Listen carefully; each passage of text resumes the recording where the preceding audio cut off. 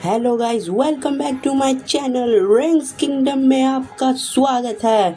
WWE वालों ने ये क्या कर दिया है, सबको शॉक कर दिया है। ये हुआ क्या है आखिरकार सैटरडे नाइट मेन इवेंट में किसी ने भी एक्सेप्ट नहीं किया था कि WWE वाले इतना सब कुछ कर देंगे। सैटरडे नाइट मेन इवेंट में हर एक मैच मेन इवेंट से कम नहीं था। सारे के सारे मैच बहुत अच्छे थे और बहुत बेहतरीन थे और WWE वालों ने इतनी अच्छी तरह इस सैटरडे नाइट मेन इवेंट को बुक करा था। जितने भी WWE वालों के सैटरडे नाइट मेन इवेंट है सबके सब बुरे बताए गए हैं। सिर्फ जॉन सीना जिसमें रिटायर हुए थे वो अच्छा बताया गया है।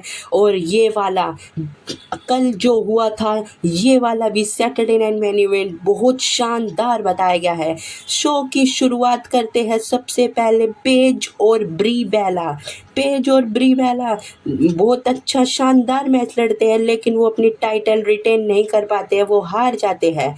फिर नेक्स्ट मैच आता है जेडी मैकडोना और डैन हाउजन के बीच। डैन हाउजन को सुसाइड डायल पड़ती है और डोमिनिक मिस्टीरियो वो न्यूयॉर्क सिटी की जर्सी से पहले तो वो अपना जूता साफ कर देते हैं। फिर डैन हाउजर उनको सुसाइड डायल देके वो जो शर्ट थी वो पहन लेते हैं जर्सी को। फिर डोमिनिक मिस्टीरियो रिंग में आते हैं तो डैन हाउजन उनको सुपर प्लेक्स देते हैं। एक नहीं, उन्होंने दो सुपर प्लेक्स लगाए थे हमारे डैन हाउजन ने डोमिनिक मिस्टीरियो पर। फिर लेकिन दोनों सुपरस्टार उठ के डैन हाउजन को मारते हैं, दोनों के दोनों मिलके। सबको लग रहा था कि कोई ना कोई तो आएगा, कोई ना कोई तो, लेकिन आते हैं कौन। ये मैच भी काफ़ी कमाल का था, एंटरटेनमेंट से भरा हुआ था और क्या कमाल के मूव लग रहे थे। ये दूसरा मैच था सैटरडे नाइट मेन इवेंट का। आते हैं फिर बहुत सारे मिनी हाउजन आ जाते हैं बहुत सारे, और डोमिनिक मिस्टीरियो जेडी मैकडोना उनसे बिल्कुल भी नहीं डर रहे थे, लेकिन वो इसी मौके का फ़ायदा उठा के सारे के सारे मारने लगते हैं जेडी मैकडोना और डोमिनिक मिस्टीरियो पर। और तभी डैन हाउजन वो बिल्ली जो वो एक हफ्ते से कहानी दिखा रहे थे WWE वाले, ये बिल्ली वाली, तो वही डैन हाउजन मिस्ट्री बॉक्स में डालते हैं और फिर कौन निकलता है, उसमें से निकलते हैं। मैं अभी आपको बताता हूँ उनमें से कौन निकलते हैं। उनमें से ये इंसान निकलता है। मैं आपको पहले बता दूँ, मैं WWE रेसलिंग की वीडियोस बनाता हूँ, इसलिए मैं आपको फुटबॉल के जो प्लेयर हैं मैं उनका नाम मैं आपको नहीं बताने वाला, इसलिए आई एम सॉरी। फिर वो आते हैं और डोमिनिक मिस्टीरियो पे चोक स्लैम लगाते हैं, डैन हाउजन दोनों को पिन करके मैच निकाल लेते हैं। फिर नेक्स्ट मैच हमें देखने को मिलता है लारा वैकारिया वर्सेस बैली के बीच में। बैली और लारा वैकारिया के बीच में का शानदार मैच चल रहा था, लेकिन बैली ने आते साथ ही लारा वैकारिया के मुंह पे ऐसा गुस्सा मारा था तो उनके खून निकल आया था। आप यहाँ पर देख सकते हैं, अगर आपने सैटरडे नाइट मेन इवेंट देखा होगा तो आपको पता होगा, और जिसने नहीं देखा तो मैं बता दूँ, आप जाकर सोनी लिव पर देख सकते हैं सब्सक्रिप्शन लेकर। और अगर आपके पास सब्सक्रिप्शन नहीं है तो आप डेली मोशन पर भी देख सकते हैं। आपको कुछ नहीं करना, आपको क्रोम पे जाके सर्च करना है सिर्फ डेली मोशन। फिर आपको जाके आईडी वाईडी बना लेनी है, फिर आपको लिखना है WWE SNME Saturday night main event. फिर आपको दिख जाएगा, आप पूरा शो जाकर देख सकते हैं। वो बहुत कमाल का शो था, आपको जाकर देखना चाहिए। लारा वैकारिया जूतों से बैली का मुंह दबा देती है, और यही नहीं, रस्सी के बीचों बीच उनको अटका कर ये मूव भी मारती है। ये मैच बहुत ही शानदार था और फिर इस मैच में जीत हुई है सबमिशन से, क्योंकि लारा वैकारिया ने बैली के लॉक ले लिया था और बैली ने टेप आउट कर दिया था। मैंने बोला था इस मैच में लारा वैकारिया जीतेगी, मेरी प्रोडक्शन सही थी। लारा वैकारिया ने सबमिशन से जीत पाली और जीत के बाद भी उन्होंने बैली को बहुत बुरा मारा। आप यहाँ पर देख सकते हैं, पहले उन्होंने बैली को रेस स्टील स्टेप्स पर दे के मारा, फिर अपनी पटकी मार दी और लारा वैकारिया ने बैली की बुरी हालत कर दी। बैली को इसीलिए ऐसे दिखाया गया क्योंकि उन्हें 2-3 महीने तक, शायद एक हफ्ते तक ही गायब रखेंगे अगर इनका समर स्लैम में मैच है, वरना 3-4 महीने तक तो ये गए।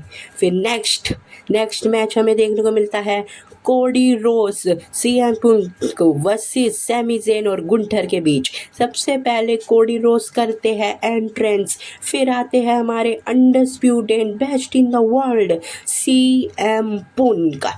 ये चारों सुपरस्टार टैग टीम में मैच था। क्या कमाल का मैच जारी था, एक से एक मूव लग रहे थे और एक से एक सस्पेंस हो रहा था कि क्या होने वाला है। अब डब्ल्यूडब्ल्यूई वालों ने सबसे अच्छा करा था, जब कोडी रोस अपनी कोडी कटर देने जा रहे थे तो गुंटर हट जाते हैं, सीएम पुंक पे लग जाता है। फिर सबको लग रहा था कि अब सीएम पुंक मार देंगे, लेकिन गुंटर एक टाइटल शॉट मार देते हैं कोडी रोस के मुंह पर और कवर करने जाते हैं, तो तभी निक ओल्डिस आ जाते हैं। सब चिल्ला रहे थे कि निक ओल्डिस वापस आ चुके हैं।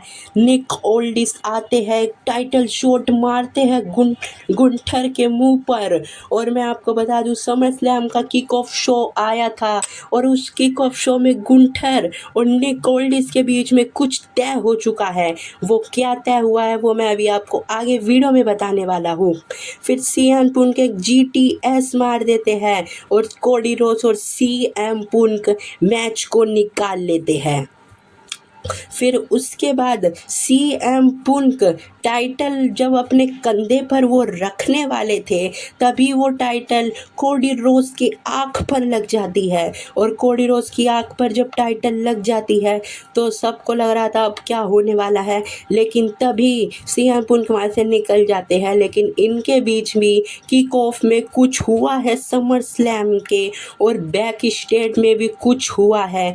मैं अभी आपको आगे सब कुछ बताने वाला हूँ कि कोडी रोस और सीएम पुंक के साथ क्या हुआ है और गुंटर और निक ओल्डिस के साथ क्या हुआ है, मैं सब कुछ बताने वाला हूँ आगे वीडियो में।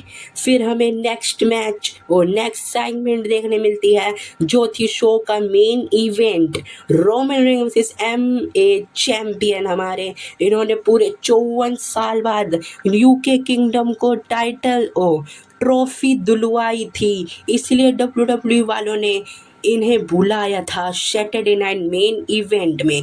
दोनों आते हैं, फिर रोमन रेंस जैसे बंदे ने इनको एक नॉलेज करा है। आप समझ सकते हैं कि ये कितना शानदार, अमेरिका में कितनी बड़ी बात होगी। वो रोमन रेंस उनके लिए पर्सनली एक टाइटल बनवाते हैं। आप देखिए यहाँ पर टाइटल। फिर सेथ रोलेंस की एंट्री करके ये आते हैं, फिर सेथ रोलेंस भी पीछे से आ जाते हैं और रोमन रेंस पर हमला करते हैं, लेकिन आके रोमन सुपरमैन पंच लगा देते हैं सेथ रोलेंस को। और यही नहीं, रोमन रेंस एक स्पीयर भी लगाते हैं सेथ फ्रिकिन रोलेंस को। कमाल की स्पीयर था। फिर दोनों सुपरस्टार्स ने फोटो क्लिक करवाई थी और सैटरडे नाइट मेन इवेंट ख़त्म हो चुका था।